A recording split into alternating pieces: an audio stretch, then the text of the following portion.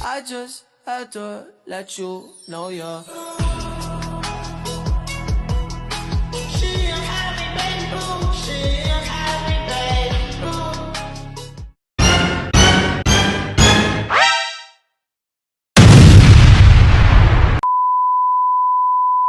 Halo, perkenalkan nama saya Delia Putri, NIM 86058731. Video ini akan menjelaskan hubungan timbal balik antara filsafat ilmu dan pendidikan. Pertama, bagaimana filsafat ilmu mengawasi dan memperkuat eksistensi keilmiahan serta nilai-nilai dalam pendidikan. Filsafat ilmu berfungsi sebagai pengawas supaya ilmu pendidikan tidak kehilangan arah lewat antonologi. Filsafat ilmu bertanya apakah hakikat pendidikan itu tersendiri, apakah pendidikan hanya transfer pengetahuan atau proses memanusiakan manusia lewat epistemologi. Filsafat ilmu meriksa bagaimana pengetahuan pendidik diperoleh, apakah melalui penelitian, pengalaman, atau refleksi lewat aksiologi. Filsafat ilmu menguji nilai dan tujuan pendidikan, jadi ilmu pendidikan tidak hanya menghasilkan teori, tapi juga terjaga keilmuan dan tetap berpotensi pada nilai kemanusiaan. Kedua, bagaimana pendidikan yang bermakna dan bernilai turut memperkuat perkembangan filsafat ilmu. Pendidikan adalah lapangan praktik, tempat-tempat ide filsafat ilmu diuji. Ketika guru dan peneliti pendidikan menemukan masalah di kelas, mereka akan mempertanyakan kembali dasar pemikiran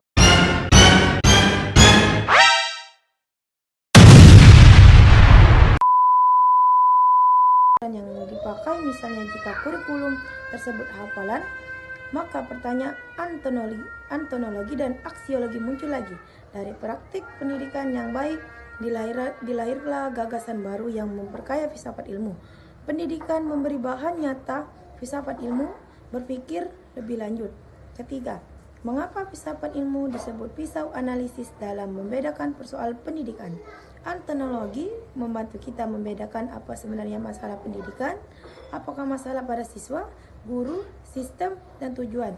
Epistemologi membantu membedakan bagaimana pengetahuan tentang masalah itu didapatkan, apakah datanya valid atau hanya asumsi.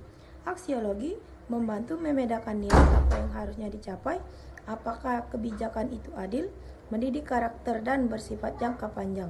Dengan tiga pisau ini, masalah pendidikan tidak diselesaikan secara relatif, tetapi dipahami akarnya. Keempat, contoh konkret penerapan filsafat ilmu dalam praktik pendidikan. Misalnya, saat pemerintah merancang kurikulum merdeka, secara antonologi, kurikulum ini memandang siswa sebagai individu yang unik.